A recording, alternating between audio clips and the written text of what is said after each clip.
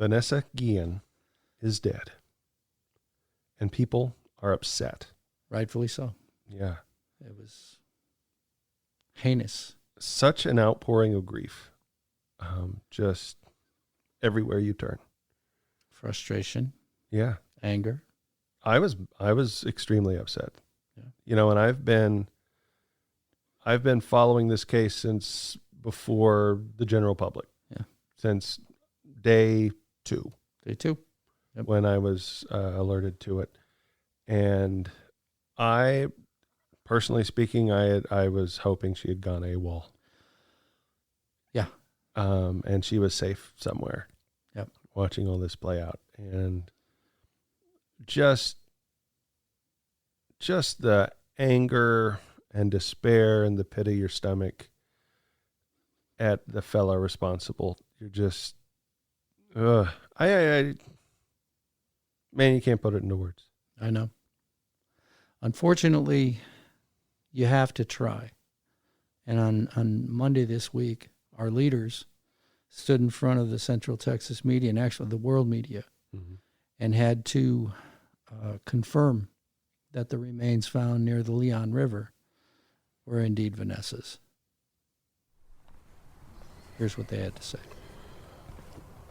Friends and members of the media, thank you for making the trip and joining us here during this tough time. I appreciate your ongoing assistance. Our heartfelt condolences go out to the family and friends of Specialist Vanessa Guillen. Our thoughts and prayers are with them during this difficult time. I lack the words to make sense of this tragic loss. Vanessa was part of our Army family, and her loss accordingly is felt throughout the Army and throughout the world. Sadly, I stand here to report that the search for Specialist Vanessa Guillen has resulted in the very outcome that I had prayed it would not have from the very beginning. The Armed Forces Forensic Examiner has determined through DNA analysis that the remains found near the Leon River are in fact those of Vanessa. The Guillen family was notified of this yesterday, which in turn allows me to come forward and share this information with you today publicly. We're now confronted with the aftermath of one of the most heinous acts I can imagine. While searching for Vanessa, we had continued to investigate the circumstances that led to her disappearance. Each action was taken with the deliberate hope that we would find her alive and unharmed and be able to return her to her family and friends. There are no words that convey the sense of loss to her family, her friends, and her fellow soldiers that I feel during this tremendously difficult time. We all feel her loss, the loss of a vibrant young woman who bravely volunteered to serve her country, the loss of a talented soldier, the loss of a loving family member, and the loss of a friend with a bright future ahead of her. All of us here, as part of Vanessa's Army family, know that our pain pales in comparison to that being endured by the Guillen family. And I ask you to please join us in remembering her family in prayer and comfort them in this time of incredible grief. When a person of Vanessa's caliber and character is ripped away, I don't think there's any closure to something like that. But I know there is a tomorrow, and that's an opportunity to do what's right for what Vanessa stood for and what she meant to us. Recognizing this, the Army will continue to move forward in the following ways. First and foremost, we'll honor Vanessa and her memory as part of our Army. She is part of our history, and she will not be forgotten. Second, we'll assist the U.S. District Attorney, Western Division, as they take the lead in investigating and prosecuting those associated with Vanessa's murder. Third, we will complete the ongoing investigation in sexual harassment and take actions against those findings. And please know that every person who raises their right hand to serve their family and their country in uniform deserves to be safe and treated with dignity and respect. To the victims of sexual harassment and assault, we hear you, we believe you, and I encourage you to come forward. The Army will not stop its efforts to eradicate sexual harassment and sexual assault until it no longer exists in our formations, because that's the Army standard. And then fourth, I'll continue to seek external assistance and review to ensure any shortcomings indicated during this troubling time are thoroughly identified and addressed as appropriate. But these actions, these larger actions, will come in due course. Right here, right now, at this moment, it's about Vanessa Guillen. It's about what she stood for. It's about what she meant to us. I'm going to turn the podium over to Colonel Ralph Overland, Vanessa Guillen's regimental commander, to share a few thoughts about exactly how she affected all of us here in our Army family and our near-term way ahead. Thank you. Colonel Overland.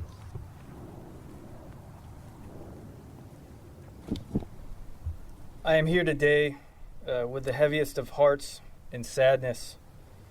Our thoughts and prayers remain with Specialist Vanessa Guillen's family, her friends, and fellow soldiers as we grieve together in this tragedy.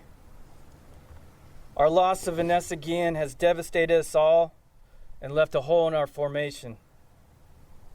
Her fellow troopers in the 3rd Cavalry Regiment and units across Fort Hood remain concerned and committed to recovering Vanessa since the day she disappeared. Thousands have searched, dedicated to finding our soldier, because we never quit and we never leave a fallen comrade. I humbly would like to take a moment to honor our fallen soldier, Specialist Vanessa Guillen. Vanessa Guillen was a warrior, highly trained and proficient in her duties. She embodied all the qualities that the American people expect and rely on our soldiers to be to defend our country. She was strong, courageous, and caring. Vanessa Guillen was a dedicated American soldier. Specialist Vanessa Guillen was an outstanding soldier and highly valued member of the 3rd Cavalry Regiment. I spoke with many of her fellow soldiers from units across the regiment who served with her and who have helped search since her disappearance. I could see the intense sadness in their faces and hear it in their voices. They miss their friend and spoke of her qualities as a person and a professional soldier. Her fellow soldiers all described Vanessa as very caring, dedicated to her profession, and an expert in her craft. She always went above and beyond to accomplish the mission and ensure that her teammates were successful. Our duty now is to honor Specialist Vanessa Guillen, her service to our country, and care for the Guillen family throughout these difficult times. There is no greater way for a soldier to render that honor than by assisting family members in the aftermath of their loss. Nothing is more vital than this solemn covenant the Army holds with soldiers and families. When we learned of Vanessa's death, the 3rd Cavalry Regiment was dedicated to ensuring the Guillen family was informed in the most dignified and respectful manner. As we move forward, we will remain steadfast in our care, compassion, and assistance to the Guillen family with the utmost dignity and respect. We honor Specialist Vanessa Guillen and her service to our country. We will never forget her. We keep Vanessa Guillen in our hearts and the Guillen family in our thoughts and prayers. Thank you. No words. What more can you say? Rest in peace. We will have, we'll be back with the rest of the show after this. A social distancing tip. Keeping your distance from others is important in slowing the spread of coronavirus. So here are some fun things to do alone. Read a book, take a walk, unpack your suitcase from that trip you took last September, paint a self-portrait, catch up on a TV series, do a puzzle. Remember, we should all stay home to lower the risk for everyone. For more info, visit coronavirus.gov. Let's all do our part, because we're all #alone together. Brought to you by the Ad Council. 1, 2, 3, 4.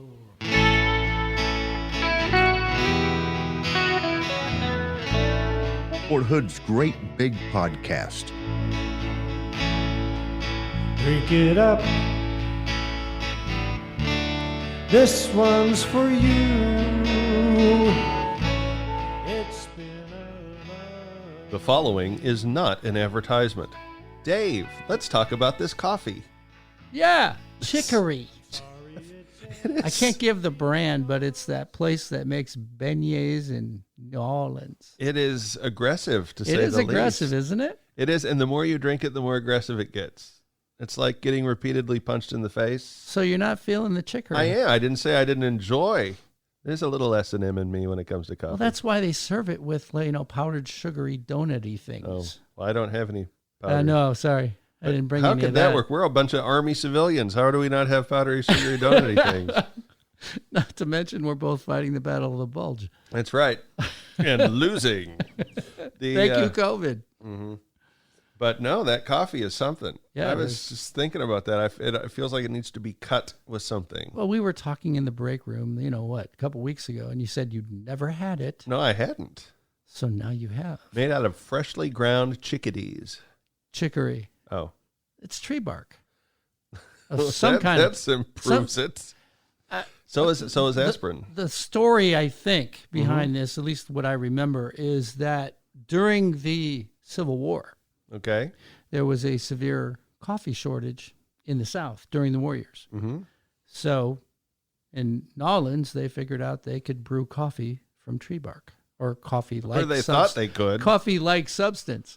So that's kind of a throwback to back when they didn't even think about it. That's like mostly coffee, some chicory. Okay. Can you imagine drinking straight chicory coffee? That explains the Confederacy right there. Drinking this messes with your mind. Yeah, but I guess that's where all that came from. Wow.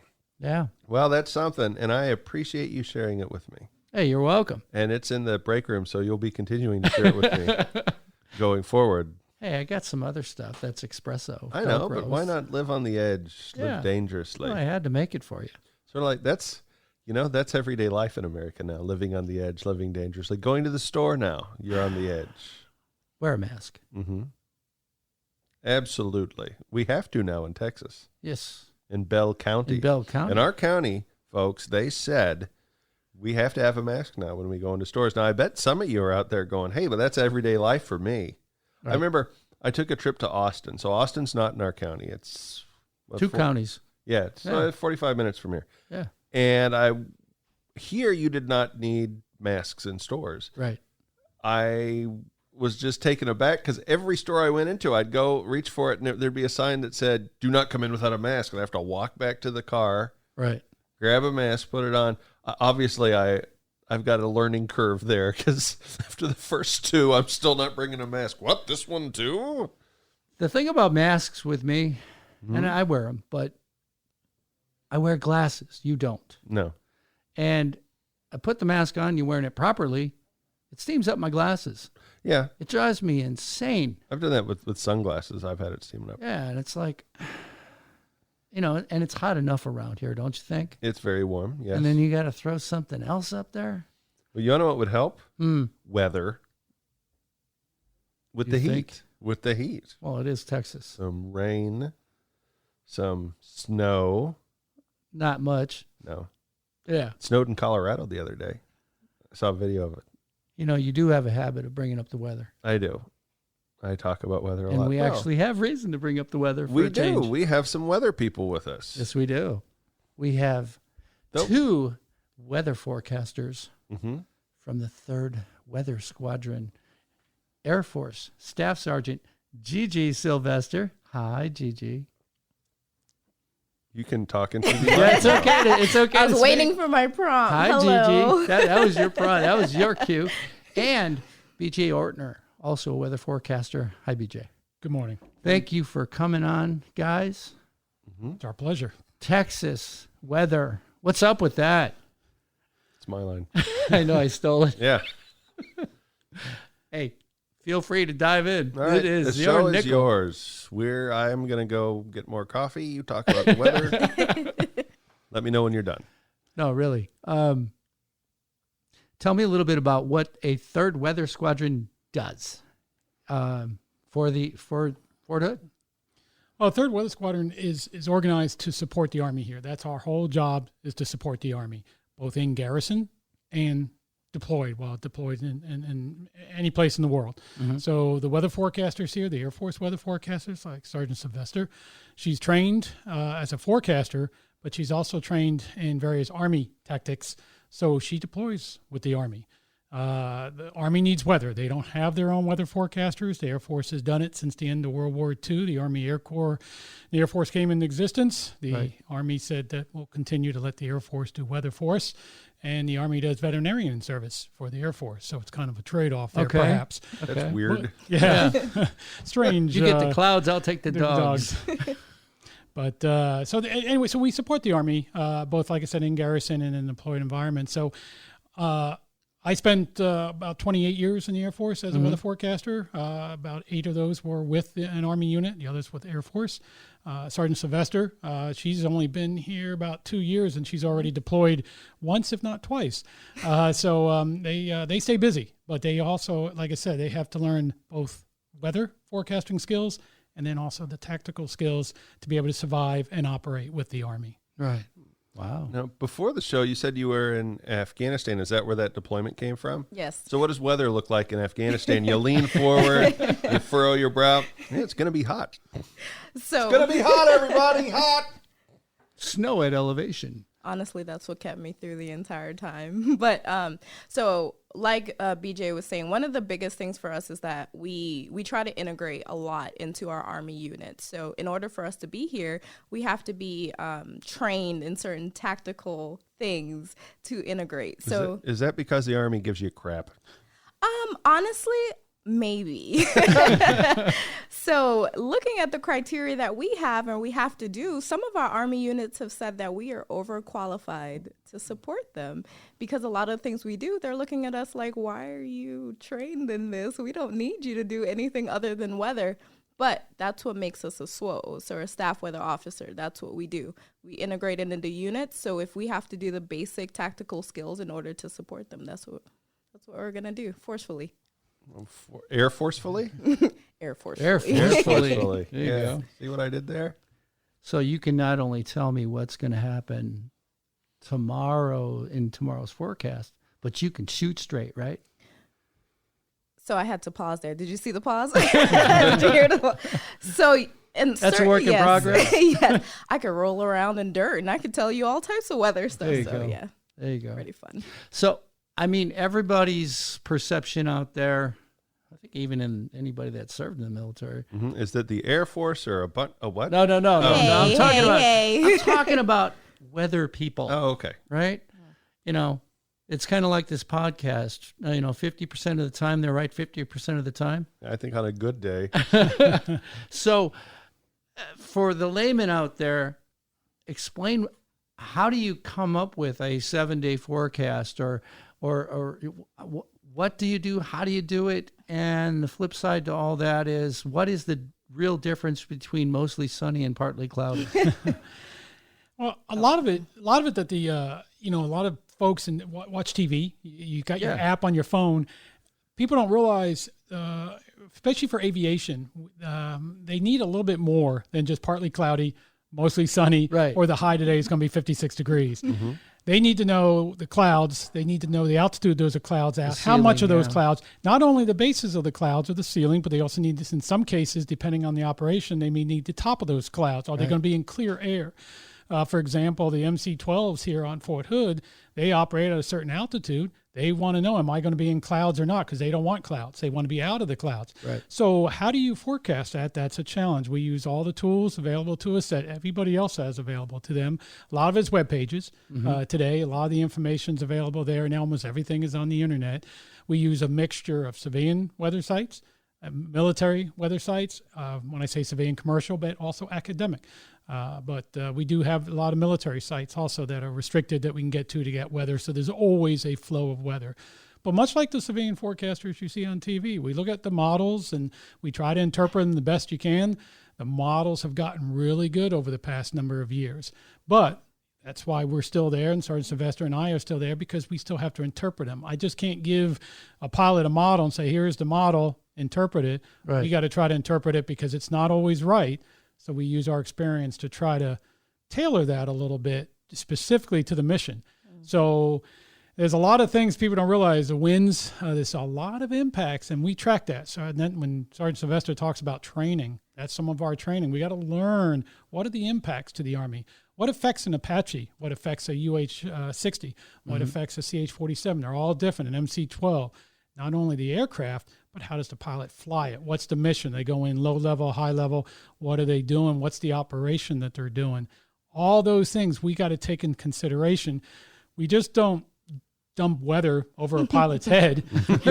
We have to be able to tailor that specifically to the mission. That's one of the hardest things a lot of the young forecasters, and when she talks about integration, that's what they have to learn. They got to be able to integrate to the unit, understand how's the pilot going to fly that aircraft, how, what's the different operations he's going to do in the missions. Sure. So she can tailor the weather and make sure, because a pilot's got a lot on his mind, Right. especially a combat pilot. Think about it. Apache's going to go in. He's worrying about logistics. He's worrying about friendly fire, enemy fire, all these different things, fuel. And so in navigation, weather is just a small piece of that. So what we want to do is dummy it down as much as possible to understand, the Army likes colors, green, red, and yellow, right? So Absolutely. Go and no go. Right. And that's a lot what we try to do to make it short and sweet. And that's a lot different than what you watch on TV and watch the local TV reporter. There is something, you mentioned models, and I've heard this by weathermen here in Central Texas on TV. So I'm going to ask the question of our weather people. They were talking about a European model and a U.S. model. And between the two, it seems like they look vastly different. But the question for me is, explain that, and why would we even look at a European model when we're in Texas? Well, I think it's because the European runs on 220. Oh, you think? Yeah. Come on. You want to take that one, Sergeant? I can. So one of the things that we have multiple models like we were talking about before, right? So in order to get a demographic or kind of characterize what's going on in the environment, you have to use multiple models in order to make sense out of what's going on. Some of the models that we use, it's going to be very specific to certain types of weather phenomena or certain types, like for your winds, one may over forecast, one may under forecast, and then you have the others that may kind of put it into perspective of what's going on. Some of the models, if we have lists called like a low or a low pressure system, stuff like that, they don't take into consideration maybe how fast it's moving, how slow it's moving. So it under forecasts certain things and may over forecast, which impacts our ability to properly say, hey, this is what's going on. So what we do is we combine them in a way to make sense, a proper assessment of what's going on in the environment. So that's why we use multiple models in order to do so.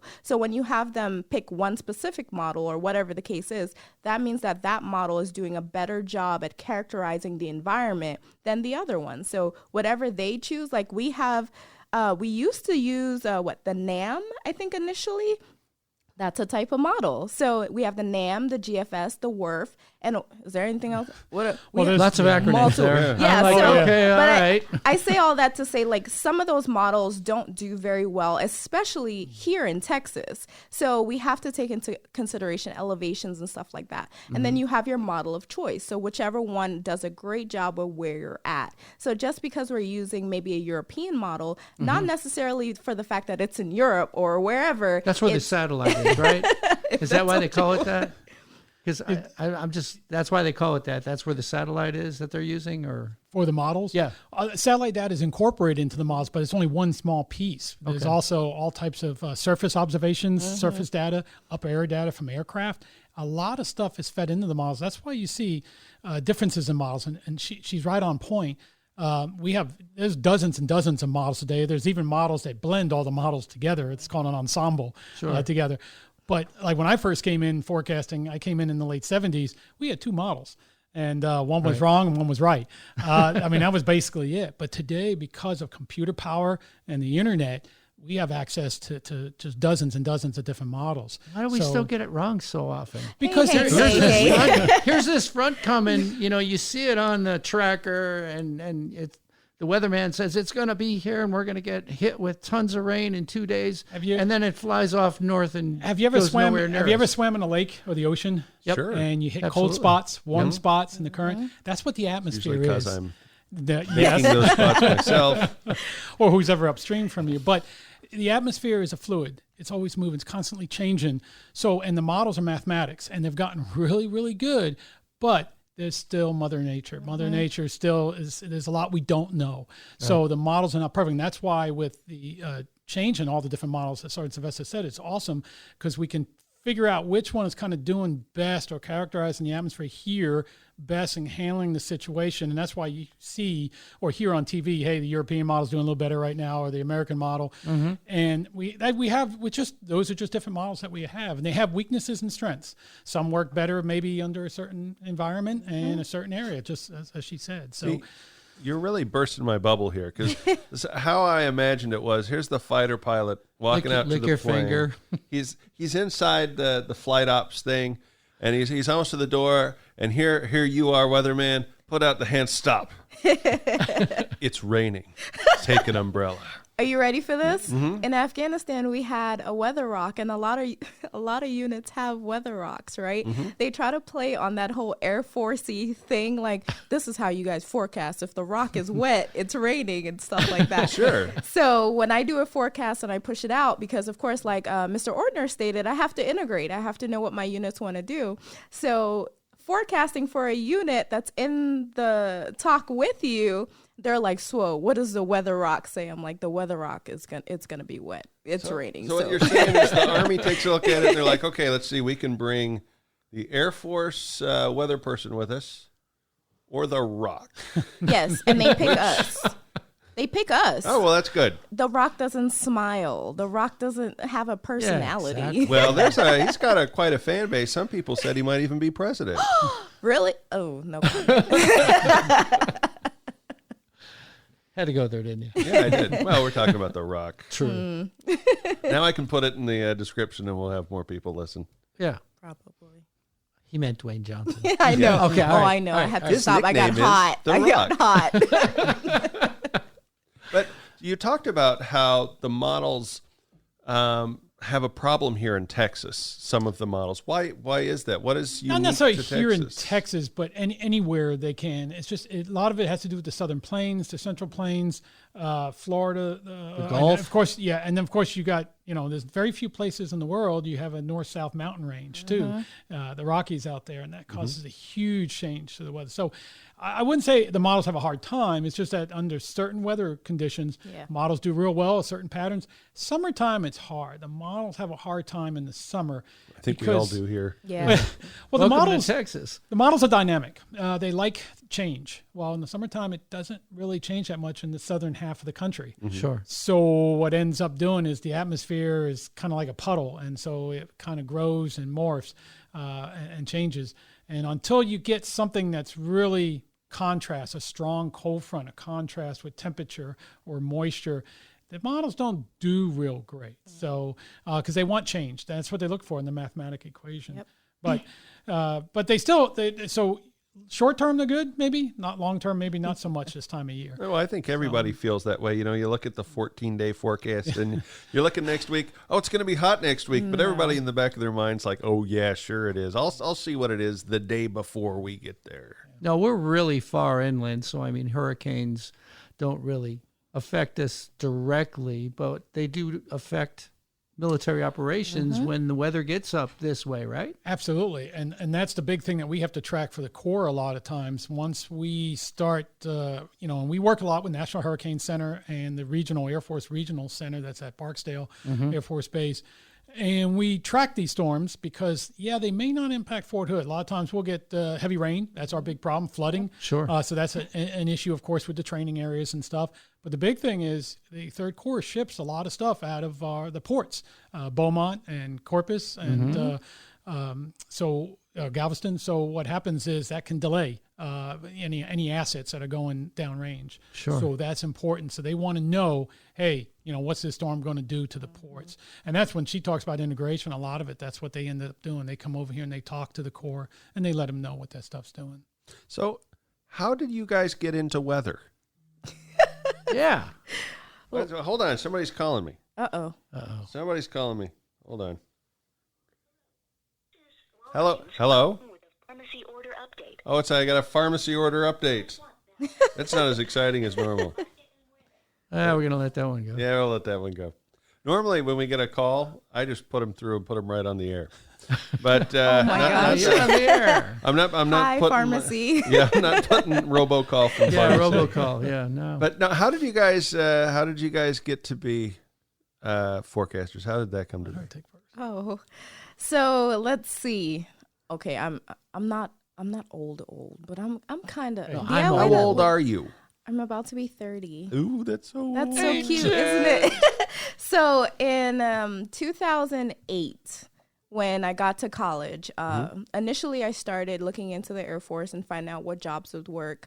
I ran track and field at the time, and so what the intent was for me to actually start a weather degree, or not start, but to transition into a weather degree. However, at the time I had to either give up my track scholarship or join the Air Force as a weather forecaster, but enlisted. See, I'm still enlisted, right? Mm-hmm. So there's nothing wrong with that. Nothing at all. We were both enlisted. So well, I love it. I actually truly do. But when I graduated in 2012, at the time they said that they didn't have any spots for OTS and stuff like that. It wasn't competitive enough because, of course, I switched and I did a criminal justice degree. Right. Who knows, whatever. But at the time, they were like, hey, what job would you want? Because, we're smart, so we get into a lot of things. So weather was one of the things, and then intel. And I thought, of course, a lot of things that people think about weather forecasters that they don't know what they're doing. Right. Why not use the knowledge that I learned in school, regardless of the grade, to figure out how to be a good forecaster? And then one of the things I also saw was we were given the opportunity to do like special operations or Army support. So my goal was always to find a way to merge weather and support and use what I did before. Here I am 8 years later doing exactly what kind of wanted. So did you crack the code for forecasters? Are they now viewed differently? No. Oh, okay. No, because here's the thing. A lot of people She's better than the Weather Rock. Well, barely. Well, sometimes I'm like, oh, whoa. Weather Rock's always accurate. It is. True. So you want to know something? When people say, and this is a big stipulation, so Air Force weather, civilian weather, I know sometimes it's a little different, but when you hear 20% or 30%, one of the things that I learned in some situations, it's not 20% of the time or 30% of the time. It is actually like 30% of the area. Or 20% of the area. Right. So that's interesting. Yeah. So you see, you'll get rain in Temple, but you won't get rain in Cove, or rain in Fort Hood, but you won't get. So people are like, oh, well, she said 30%. I don't say 30%, but you hear the civilian sector, 30% of the. For us, we what is the Storm Prediction Center? When they do things and they categorize the area, they're like 20% of that square or rectangle or a sketchy area. Sure. So I learned that. So Colleen. Right. So now think about that when you see that it's not raining where you're at. What about you, sir? And that's one of the big differences between the civilian and the military is the pilots don't want, hey, you're going to have 30% chance of thunderstorms along your route. He wants to know, am I or am I not? So that's a lot of things. Where am I getting rained on? Exactly. He wants to know exactly, and if it is, and how much it's there. And so that's a huge challenge and a big difference between civilian. But I came in. I entered the Air Force in 1978. Was a weather forecaster. I had a family relative that was a weather forecaster in the Air Force. Kind of talked it up, gave me something. I enjoyed it. I spent 28 years in doing it. Retired and then became a civilian.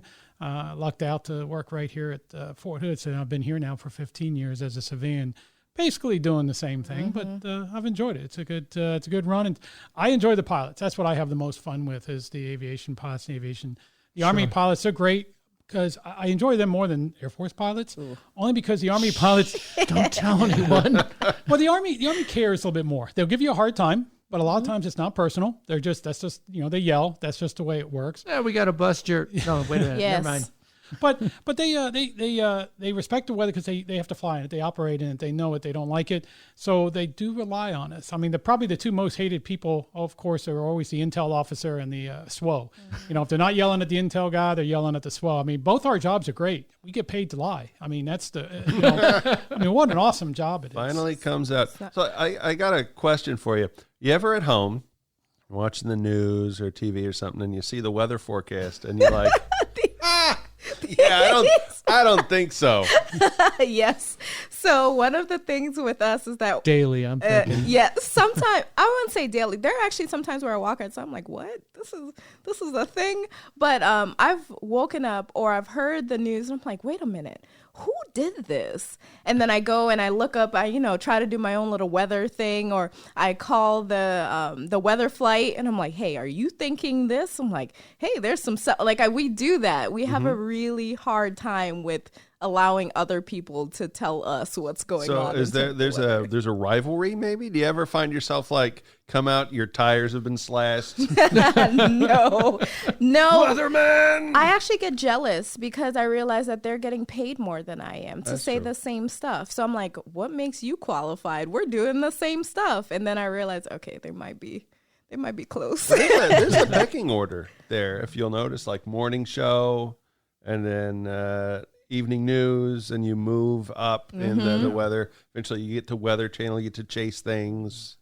Now instead of lying to a little area, you get to lie to the entire country. The whole country. And they're like, oh my God, that sounds right. Because one of the things that you got to realize about a weather person, if we sound confident, that's the biggest thing. We could tell you, hey, it's going to rain tomorrow. And I have a smile and I'm confident. And you're like, yeah, that sounds right. So the next day you're like, what happens? So in a way, you guys are just 1 degree away from politician. Yes. Ow. Well, I mean, but you get in front of a large group of people, you make assurances. No, but I mean, on the flip side, I joined the Army in '79, so I'm a year behind you probably. When I was a kid, they didn't have to have certified meteorologists to do the weather. When I was a kid, and they had a puppet on the ABC affiliate in Milwaukee give the weather. In a way, they still do. Well, That's interesting. In Japan, they also did not have certified meteorologists. Right. You had some channels that did. So this is somebody that went to college. They know what they're talking about. You could tell who these people are. The other channels had beautiful faces doing it. And we're talking like college age, like, 18, 19-year-old people who you could tell had no clue as to what they were talking about. They would just be standing outside with an umbrella. It's raining. Thank you for the update. It all depends on the market. What market you're in. In the Central Plains here, we all know weather can be extremely violent. Oh, yeah. But, if you're maybe in Oregon or someplace like that, maybe the weather is relatively benign. You may have somebody that's not, or at least in the, like you said, the pecking order, maybe somebody on the morning show that may not be a meteorologist, but maybe you kind of want to know where the tornado is coming from. Yeah. So you see, especially in Oklahoma, you'll see most of the stations, they really advertise that, we have certified AMS meteorologists, that type of thing. You'll see. Do you guys ever chase the weather?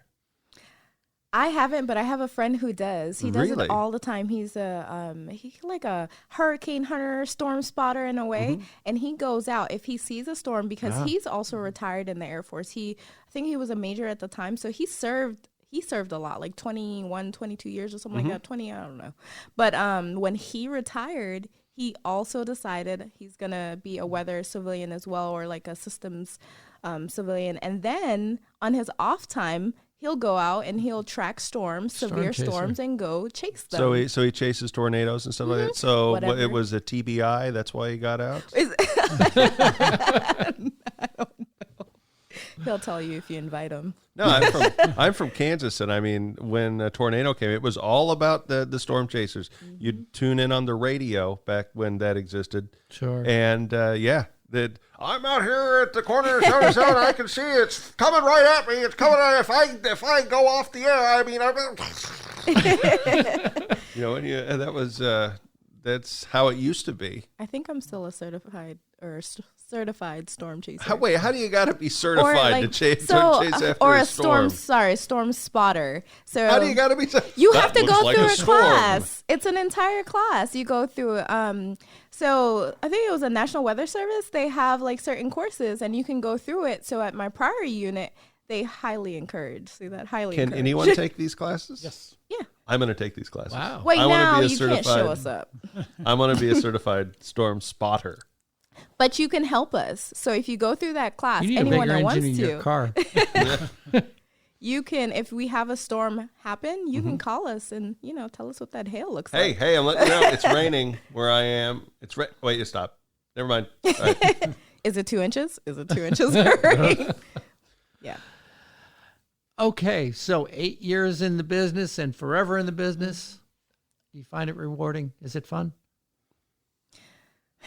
So that was Did you see that smile just kind of go, Initially in my career, I didn't see it as rewarding as it is now. So one of the big things, or one of the reasons why I wanted to do Army support, was because you can integrate into the units, right? So like Mr. Ordner said, all the stuff that we do, it's not really serving a purpose unless you know its relevance to the unit. So the importance for me came when I realized, hey, you get to see it. Yeah. So when you find that purpose and the why, it doesn't have to be every day. But now, in my prior unit, I felt the reward. And so it's exciting now, even though I don't do weather as often, because as you go up a little bit or become more seasoned, as they call it, you don't do it as much. But I still support the units. And so it's more important to me now. And maybe I can do this for a longer period of time. But it's just the purpose, I think, that matters the most to me. And so it's now become more relevant. Well, that's very military. The longer you stay in and the better you get at your job, the less they let you do that job. Yeah. What about you, BJ? Yeah, and as I said earlier, it's pretty much what Sergeant Sylvester said. I love the Army pilots. I mean, our job, it's kind of interesting. Our job is not to tell the Army they can't fly. Our job is to try to get them to accomplish the mission. So, yeah, maybe you can't fly during this time period, but you can fly a couple hours later or a couple hours earlier, or maybe you can't go on this route. You can't go from here to Amarillo today because we're going to see some severe thunderstorms, but hey, how about going from here to Shreveport today? And so when the Army then changes that, they listen to you and they change that mission and they get the mission accomplished, because what's at the end of the day is, can they get their training in so they're qualified? That's what makes me feel good. Or like I've had a lot of times, we've had air crews when they deploy and they fly 30 helicopters from here to NTC and back. And a lot of times due to weather and maintenance, they're spread across the country. And to get them home and get them home safe, to me, is a great accomplishment. I feel, and the pilot tells you that. When the pilot says, hey, BJ, we really appreciate that forecast. You were spot on. That was perfect. We couldn't get down that valley, but we went in that, we took another valley. And that's at the end of the day, like she said, now you got some purpose. Now, hey, I feel good. Got that crew home. That's a neat thing. Just a real quick story. When I had an air crew one time, they had to deploy to Washington, D.C., one of our fixed wing aircraft. And the gentleman there, the warrant officer, his wife was having like their third baby. Aww. And they were delayed due to weather. And so they made it, they ended up spending like a day or two extra in the D.C. area. And they finally had to alter the route because the weather was just crappy across the country. Sure. And they made it down to the southeast, and they finally made it back to Texas here. And I was doing everything I could to get this guy home. Right. And he did. And, really nothing I didn't do. But they were able to make it home eventually, and he was there, and his wife gave birth like that evening or the next day or something. It was really kind of cool. Nice. But it was just one of those neat stories that, hey, and I asked one of the crew members the next day, hey, did Mr. So-and-so make it home? Yep, he did, and he was really happy. So that, sometimes there's a good story to it. Yeah, cool. A real sense of accomplishment. I mean, you're making a difference, and you really are making a difference to a lot of people, not just pilots. Yeah. I mean, to a whole, so what? What? You're laughing. What? No, I thought about some people actually call us to ask if they could garden. That's happened before. Yeah. Oh, that's sweet. Are they old people? No, they're spouses. Oh, well, that makes sense. They've called and say, hey, I'm trying to have like a little tea party. Is it going to rain? I'm like, wait, what? We'll get some strange phone calls. That's why I laughed. I'm sorry. No, that's okay. That's okay. Hey, but you are making a difference, whether it's fighting the fight or drinking the tea. You're making a difference on multiple levels out there. Well, I want to thank you guys for stopping in and talking with us about the weather. We had actually had you guys on our must-have list for quite a long time on this, so it was great to finally. That was our fault. I mean, to actually contact you and get you in. Well, COVID kind of had something to do with all COVID. that. Oh goodness, yeah. But yeah, really, thanks for coming by. Thanks for having us. Well, you're welcome. And we'll be back right after this with more fun and exciting stuff like you've never seen. Well, because it's a podcast, you can't see anything. Yeah, it's true. Okay. All right. We'll be back. All right. Yeah, don't think too much. Here he is, Jeff Snarkworthy. Thank you, yeah. If you've got a sudden, unexpected fever, you might have coronavirus. If you've traveled from or through a state where coronavirus is prevalent, you might have coronavirus. If that fever of yours, if it's accompanied by a feeling of shortness of breath or difficulty breathing, you might have coronavirus. Coronavirus is steadily spreading across not only the United States, but the world. Being aware of the signs and symptoms of coronavirus helps keep us all safe. If you suspect that you may have been infected with the virus, call 254-553-6612. That's the Fort Hood Health Hotline, 254-553-6612. If you've been around some place where people were infected, if you got that fever, shortness of breath, and a cough, you might have coronavirus. Coronavirus. It's no laughing matter. Hello?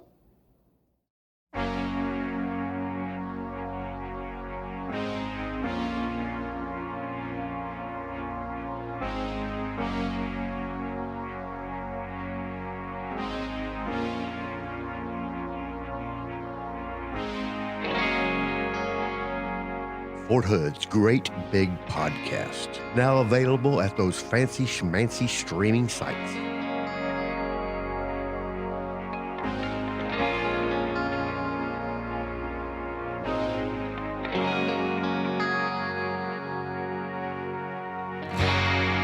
Coming on strong on a Monday. I feel so low, won't be long.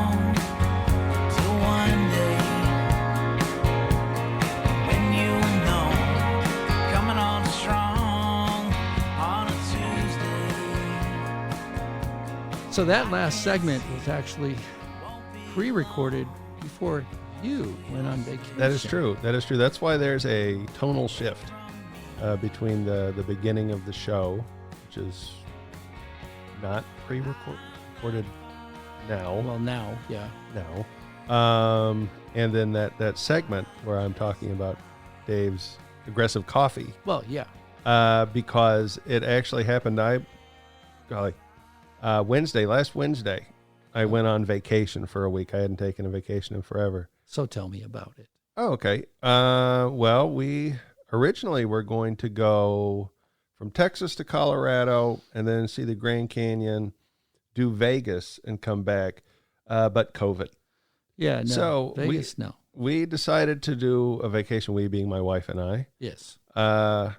Decided to do a vacation trying to be away from people. Right. So open spaces kind of stuff.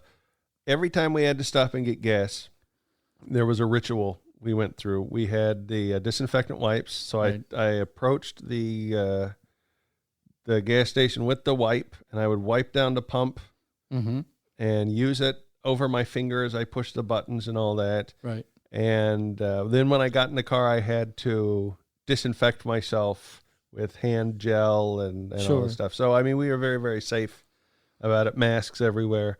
Most of the places we went in, you had to have a mask right to enter.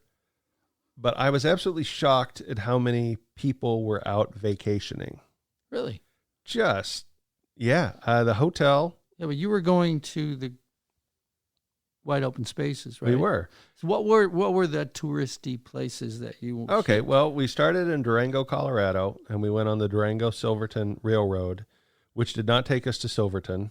Is that a steam engine? Yeah, it is. Well, you can Wow. do a steam engine or diesel. Okay. I had purchased tickets, expensive tickets, Wow. thinking we would go see Silverton for the day, when in actuality it takes you an hour out into some canyon, and it takes you back an hour back. So you see one side of the scenery, then you see the other side of the scenery. So that impacted our first day, being that we didn't actually go anywhere. Right. We came back where we started. So I drove us up to Silverton, which is, if you've not seen it, Silverton is This is Colorado? sleepy little town in the mountains in Colorado. That's it exists in the tourist industry now. Okay. So it's all old westy. You can take a stagecoach ride. You can do all this stuff. So we drove up. We putted around Silverton, came back. A lot of people there? There were lots of, But everybody's keeping their distance, masked up and all that? a lot of Mennonites. That was weird. Okay. You know what a Mennonite is? It's I'm like not Amish. sure. Okay. So you've got Amish people, and they've got the beards, and they don't have electricity, and they live like it's 1800s. Right. It's part of their religion. Right. Mennonites are like Amish light. So they dress very plainly, but they can have a car. Okay. So they were very plainly dressed people, guys But with it's a beards. Ford Model T. No.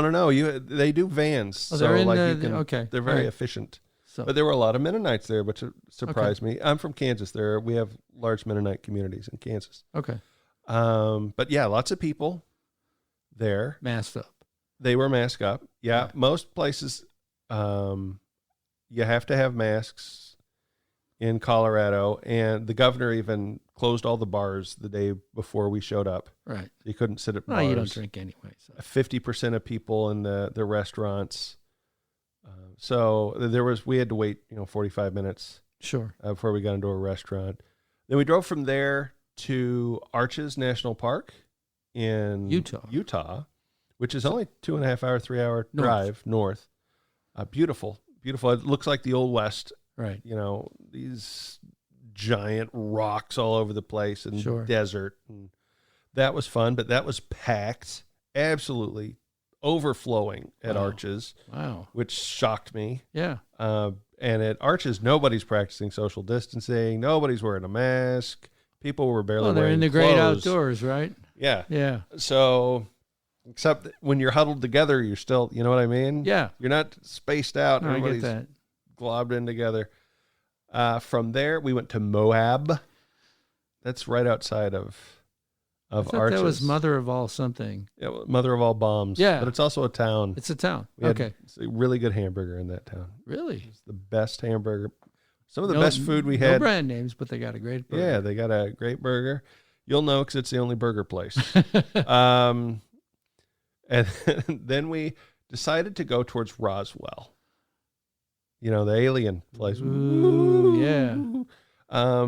But we didn't do, it's a long haul to Roswell, so we stopped in Gallup, New Mexico, which I will never visit Gallup again. So I'm sorry, Gallup. I'm sorry. You're horrible. Wow. Yeah. Come on, man. Yeah, the whole town closes down at 8:30. They had fireworks on the 3rd of July because nobody wanted to work on a Saturday. Oh, that ain't right. No. So we had the 3rd of July fireworks display. Hooray. Yeah. Well, we had them here on the 4th. The cool thing about Gallup, though, is that it's part of the Route 66 experience. Okay. So we took Route 66 for as long as we could. So we saw some of the crazy Route 66 hotels and all that. But let me tell you, Route 66, it's just a road. Yeah, it is. So you get out of the town and it's like everybody's with a really passing famous it. song about it, yeah. You can go 55 on Route 66. So everybody's on the highway passing you going 80. And you're just putting around looking at nothing going, well, this is worth my time. Yeah. So we got to Roswell. Roswell is a famous place for aliens. Right. Area 51 is Colorado. No, it's in Arizona. Arizona, okay. So here's the weird thing. So the supposed alien crash site from 1947, which I always thought was like right outside Roswell. Right. It's 2.5 hours from Roswell. Oh, but that's the nearest town. Yeah. Yeah? So it's middle the of Roswell nowhere area. kind of thing. Yeah. Absolutely middle of nowhere. And it costs $65 a person if you want to see the crash site. Wow. We did not see the crash site. Yeah, no. So we tooled around Roswell, and Roswell's cool because they got everything's alien themed. Right. There's little green men everywhere you can get your picture taken with. Cool. Donut stores, alien themed. The Golden Arches place is shaped like a giant UFO. Okay. So that was fun. And then we headed home after that. So the reason why we did this is my wife is Japanese, and I wanted her to see the American West. So hard to do this time of year. It is this pandemic season. It's pandemic and the summer. So yeah. Goodness, it was a heat. But as everyone keeps telling me, well, at least it was a dry heat. But yes, it was hot. Right. I was amazed because I had never made that loop before. I had driven to L.A. from here. Right. But man, there's nothing. Like when they say nothing, I mean there's like there's some shrubs and stuff out there, and then those go away. Right. And it's just dirt, flat dirt. Desert, right? Yeah. Or dirt. Just dirt. Wow. Red dirt, as far as you can see in both directions, as Wow. far as you can see in front of you, and you're like, oh, who would want to live here? But compared to Japan, when everybody's, it's more crowded, let's face it. That's got to be an eye-opener. It had to be an eye-opener for your wife to see it. The interesting thing about that, because we discussed that. Yeah. The first time she ever visited America, I took her to Kansas to meet my family and all that. And Right. so she saw the wide open plains of Kansas. She actually asked us to pull the car over at one point so she could just get out and look, because it was the first time she had ever seen the horizon. Right. With no buildings or trees or anything, just as far as she could see. Mm-hmm. Now, when I'm looking at, wow, this is amazing. Right. She's like, it's old hat. I've seen that. Right. But so she wasn't taken by that as much, but she was taken by the scenery. Arches National Park is absolutely beautiful. Be prepared. If you go out there, you got to hike. We were not prepared to hike. Right. You can do it without hiking, but we mostly did a driving tour of Arches. Sure. And watching the scenery change through America, my God, America is so amazing with everything that you can see here, and you don't get that in any other place on the earth. Yep. So I enjoyed that. Even when it was boring, there was, something to see. So your 4th of July break, week-long break. 3rd of July in New Mexico. But you got the patriotic spirit. We did. Rekindled, right? Absolutely. Why not? Yeah. Hey, nobody talked politics the whole time. There you go. It was great. There you go. Everybody was just masked up. We're just glad to have you back. Oh, it's good to be back. It's good to be back at home. And, you can get back on the social media kick, too. Yay, social media. Yeah. I stayed away from it. My wife made me promise not to look at any social, so I did my best. Well, it was a tough week as we opened up the show. And, that's gonna resonate for a long time. Oh yeah. Yeah, as well it should. It's such, not only is it a tragedy, but it's so odd. That is not the usual Army thing by any stretch of the imagination, having served. Right. That it's so, my wife and I were talking about it. It's almost like it's from a TV show. You know what I mean? Right. Like, this isn't real. This wouldn't happen. But it did. So bizarre and gut wrenching, heart wrenching. Yep. It's awful. It's one of those things you wish you could go back in time and have some effect. Yep. As a father of a 20-something, actually almost two 20-something, the other one's 19, I can't imagine the Guillen family, what they're going through. Parents should never have to bury their children. No. And that is so sad. And I think just for this show, I think we should leave with our condolences and keep listeners, keep them in your thoughts and prayers. Absolutely. Absolutely. Charlie, you want to take us out? All right. Well, I want to thank you all for listening. You don't know how much this entire experience has impacted Fort Hood as a whole. You don't get that looking on social media. You don't get that from reading articles. But if you're here on post, you get it. And it's really hard to communicate that over a post on Facebook or a tweet or even on the podcast. But it